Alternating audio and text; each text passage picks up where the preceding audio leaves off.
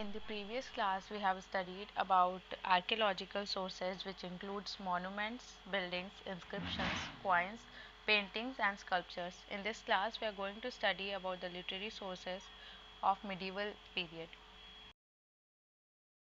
Literary sources.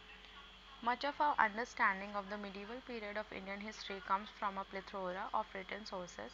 These include both religious and non-religious sources available in the form of biographies and autobiographies, court chronicles, at times called namas in Persian, and historical accounts by pilgrims, traders, and royal ambassadors.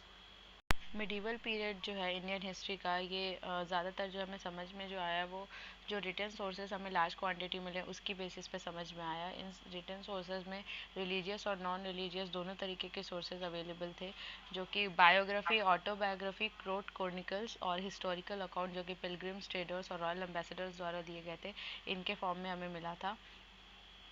The literary sources usually categorized into indigenous and foreign writings covering subjects such as religion, economics, politics, culture, etc. A variety of languages such as Persian, Sanskrit, Arabic, Urdu, and many other regional languages were used to produce this bulk of writings. It is interesting to note that paper was still not in use in the Indian subcontinent during the early medieval period. Palm leaves, bark of birch trees, and animal skins were used as materials for writing. It was only in the late medieval period that paper became the main writing material. जो literally sources थे वो categorise थे indigenous और foreign writings में, जो कि cover करते थे सब्जेक्ट जैसे कि आपके रिलीजन, धर्म, इकोनॉमिक्स, पॉलिटिक्स और कल्चर को। बहुत सारी जो लैंग्वेजेस थी वो भी यूज़ की जाती थी, जिससे कि ये जो बल्क ऑफ राइटिंग है उसको प्रोड्यूस किया जाए। वो लैंग्वेजेस जो यूज़ होती थी वो पर्शियन, संस्कृत, अरेबिक, उर्दू और कुछ अदर रीजनल लैंग्वेजेस भी यूज़ होती थी। ये जो है बहुत इंटरेस्टिंग है कि अगर आप बात करो पेपर की, तो वो जो है उस टाइम पे इंडियन सब कॉन्टिनेंट में अर्ली मिडीवल पीरियड के टाइम पे जो है पेपर यूज़ नहीं होता था। उस टाइम पे जो है palm leaves, bark of trees, जो पेड़ की छाल होती थी, एनिमल स्किन, ये सारे उसको हम यूज़ करते थे मटेरियल की तरह राइटिंग के लिए। और जो पेपर का यूज़ है वो स्टार्ट हुआ था जो है लेट मिडीवल पीरियड में, और उस टाइम पे पेपर मेन राइटिंग मटीरियल बना था। Literary sources of medieval history can be divided into following categories, that is, court chronicles, autobiographies and biographies, writings of foreign travelers, religious literature, regional literature, and calligraphy. medieval history के जो literary sources हैं वो 6 categories में divided है। सबसे पहला है court chronicles, second autobiography और बायोग्राफी, तीसरा है राइटिंग्स ऑफ फॉरेन ट्रैवलर्स, चौथा है रिलीजियस लिटरेचर, पांचवा है रीजनल लिटरेचर और लास्ट है calligraphy. Court Chronicles. A number of scholars belonging to this period wrote about histories of dynasties of the period. These are known as court chronicles. One well-known example of court chronicle is Abd al-Qadir Badauni's Muntakhab al-Tawariq, or Selection of Chronicles, a work in 3 volumes that deals with the reign of Babur, Humayun and Akbar. इस period के जितने भी scholars थे उन्होंने जो है जितने भी राजवंशों ने शासन किया था उस पीरियड में, उस पर्टिकुलर टाइम पीरियड में, उनके बारे में लिखा था। इन्हें हम कोर्ट क्रॉनिकल्स के नाम से जानते हैं। इसका एक सबसे अच्छा एग्जांपल जो है कोर्ट क्रॉनिकल का, वो अब्दुल कादिर बदाऊनी की मुंतखबुल तारीख है, जिसे हम सिलेक्शन ऑफ क्रॉनिकल्स भी कहते हैं। ये 3 वॉल्यूम का वर्क है, जिसमें जो है जो बाबर, हुमायूं और अकबर, इन तीनों के जो शासनकाल था उसके बारे में दिया गया है। Barani's Tariq-e-Firoz Shahi, an account of Firoz Shah Tughlaq's reign, is another famous court chronicle which describes the history of the Delhi Sultanate. Raja Tarangini, authored by Kalhana in the 11th century, provides information about the history of the rulers of Kashmir. बदानी का तारीख़ फ़िरोज़ शाही, जो कि फ़िरोज़ शाह तुगलक के शासनकाल पे का लिखा गया है, एक अनदर फेमस जो है वो कोर्ट क्रॉनिकल है, जो कि हिस्ट्री बताता है दिल्ली सल्तनत की। राजा तरंगिनी, जिसको जो है कल्हाना ने लिखा था 11th सेंचुरी में, ये हमें इंफॉर्मेशन देता है कि जो रूलर्स थे कश्मीर के, उनकी हिस्ट्री के बारे में। Many rulers of this period appointed historians in their courts to record the events of their rule. Usually, historians traveled with the ruler and recorded the events. Abul Fazl's Akbarnama is a fine example of such a work. Its third volume, Ain-e-Akbari, highlights the salient feature of Akbar's mode of governance and a statistical report of his empire. A number of foreign travelers, scholars, pilgrims, and royal ambassadors visited the court of different rulers during the medieval period and left behind accounts of the period. Apart from writing about the ruler and his administration, they are also focused on the life of the common people. Ibn Battuta, the Moroccan traveler and scholar, visited India during the rule of the Tughlaqs and wrote the Rihala Travels. This book tells us about the geography of India. Al-Biruni's Tarikh al-Hind, written around 1030 CE when he accompanied Mahmud Ghaznavi on his campaigns into northern India, is regarded as one of the finest foreign accounts of medieval India. बहुत से ऐसे राजा थे जिन्होंने appoint किया था, जो इतिहासकार थे उनको अपने कोर्ट में कि उनके रूल के जो भी इवेंट्स हो रहे हैं उनको वो जो है वो लिख के कहीं पे रख लें। बेसिकली कभी कभी ऐसा भी होता था कि जो इतिहासकार होते थे या स्टूडेंट्स होते थे, ये जो है रूलर के साथ ये लोग ट्रैवल भी करते थे और जो भी इवेंट होता था उनको रिकॉर्ड करते थे। इसका एक बहुत अच्छा एग्जाम्पल है अबुल फजल का अकबरनामा। इसके तीसरे वॉल्यूम आईना अकबरी में हाईलाइट किया है कि अकबर किस तरह से जो है गवर्नेंस करते थे, उनके एम्पायर की स्टैटिस्टिकल रिपोर्ट्स कैसी होती थी।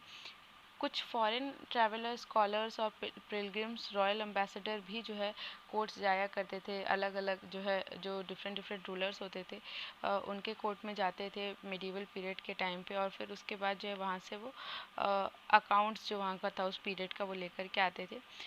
अगर आप राइटिंग की बात करो रूलर और एडमिनिस्ट्रेशन की, वो जो है इस चीज़ पे भी फोकस करते थे कि जो वहाँ के कॉमन लोगों की लाइफ है वो कैसी है।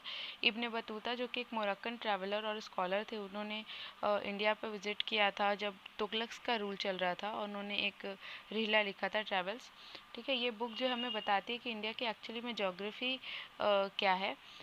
अल बिरूनी का तारिख अल हिंद जो है वो 1030 सी में लिखा गया था, जब उसने जो है महमूद गजनवी को, जब वो नॉर्दर्न इंडिया में कैंपेन कर रहा था तो उस टाइम पे जो है वो उनके साथ ही में थे, तो उन्होंने इसको जो है आप बोल सकते हैं एक बहुत ही फाइनेस्ट फॉरेन अकाउंट है मिडीवल इंडियन टाइम का। Autobiographies and biographies.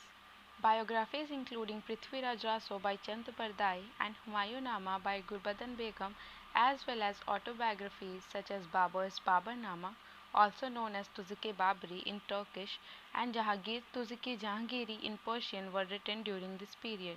The Baburnama provide detailed information about the flora and fauna of Hindustan, while the Tuzuk-e Jahangiri provides a fascinating insight into the court politics during the period, besides giving details of the emperor's personal life. Firoz Shah Tughlaq also wrote his own autobiography titled Futuhat-e Firoz Shahi. Biographies जैसे कि पृथ्वीराज रासो चंद बरदाई की और हुमायूंनामा गुलबदन बेगम की, और autobiographies जैसे कि बाबर की बाबरनामा, जिसको हम तुजुक बाबरी के नाम से जानते हैं टर्किश में, और जहांगीर के तुजुक जहांगीरी जो कि पर्शियन लैंग्वेज में लिखी गई है। ये सारी चीज़ें इसी मिडीवल पीरियड में ही लिखी गई थी।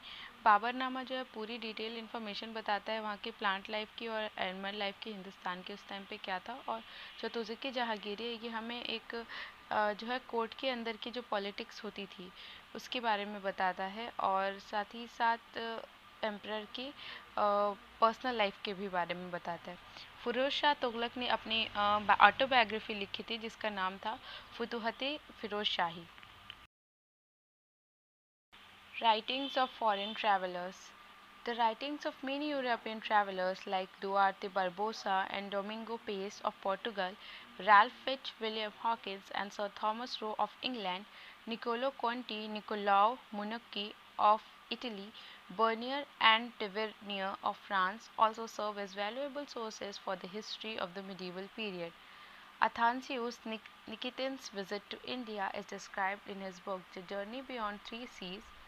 Sidi Ali Reis, an Ottoman admiral, was another important foreigner whose travels to India and other countries are recorded in the book Miratul Mamalik or The Mirror of the Countries. बहुत सारी जो European travels थे उनकी writing बहुत ही valuable source है। अगर आप बात करो हिस्ट्री, मतलब हिस्ट्री का बहुत ही वैल्यूएबल सोर्स है मिडीवल पीरियड की।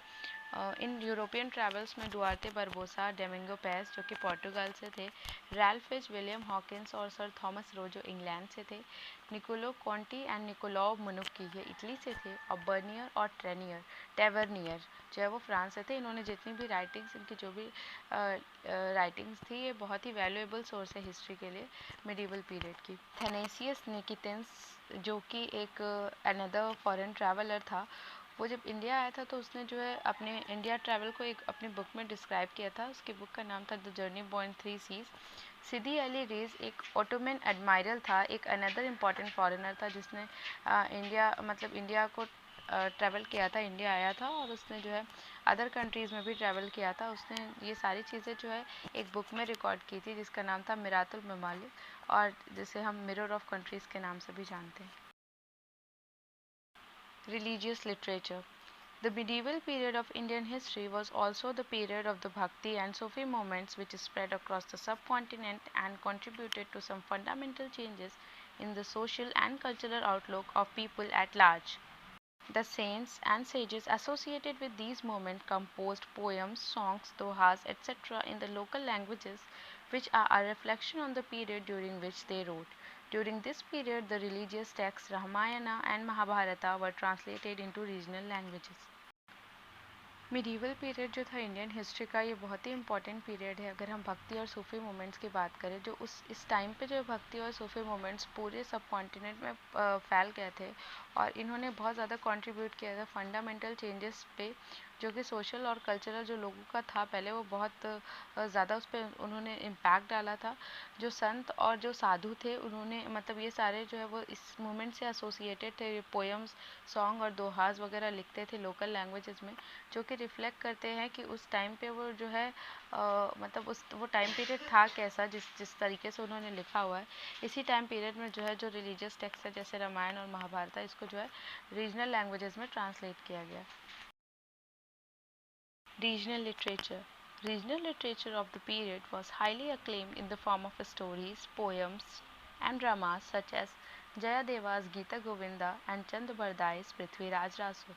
During this period, texts were composed in different languages such as Marathi, Urdu, Tamil, Persian, Kannada, Arabic, and some European languages as well. जो रीजनल लिटरेचर था इस period का, वो आपको बेसिकली स्टोरीज़, पोएम्स और dramas के form में देखने को मिलेगा, जैसे कि जयदेव का गीता गोविंदा और चंद्रबरदाई का पृथ्वीराज रासो। इस पीरियड में जो भी टेक्स्ट कंपोज होते थे वो डिफरेंट लैंग्वेजेस में कंपोज होते थे, और जो लैंग्वेजेस यूज़ होती थी वो मराठी, उर्दू, तमिल, फारसी, कन्नड़, अरेबिक और कुछ यूरोपियन लैंग्वेजेस थी, वो सारी लैंग्वेजेस यूज़ होती थी।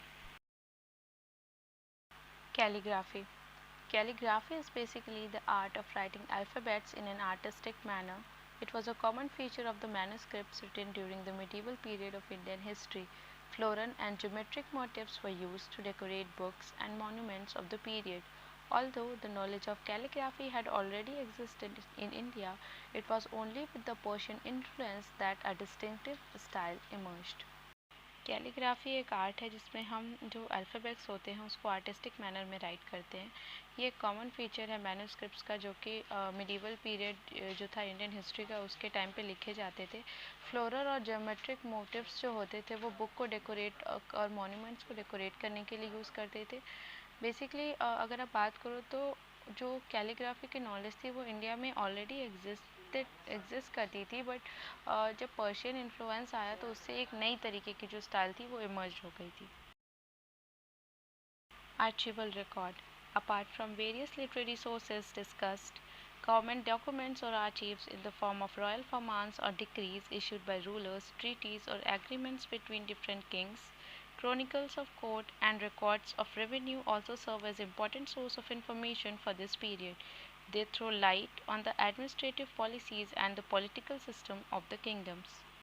अगर हम लिटरेरी सोर्सेज जितने भी हमने डिस्कस किए उसको हटा दें तो गवर्नमेंट डॉक्यूमेंट्स और या फिर जो आर्चिव्स थे, रॉयल फॉर्मान्स या डिक्रीज़ के फॉर्म में जो कि रूलर्स इशू करते थे, ट्रीटीज़ या फिर जो एग्रीमेंट होता था दो किंग के बीच में, क्रॉनिकल्स जो थे कोर्ट के, और जो भी रेवेन्यू के रिकॉर्ड्स थे, ये भी एक इम्पॉर्टेंट जो है सोर्स ऑफ इंफॉर्मेशन है। अगर हम टाइम पीरियड अगर मिडीवल पीरियड की बात करें, ये जो है हमें बताते हैं कि उस टाइम के जो है वो एडमिनिस्ट्रेटिव पॉलिसीज़ क्या थी और किस तरीके का पॉलिटिकल सिस्टम था उस टाइम पे किंगडम में, इन सारी चीज़ों के बारे में हमें बताते हैं। That's it for today's class. Thank you.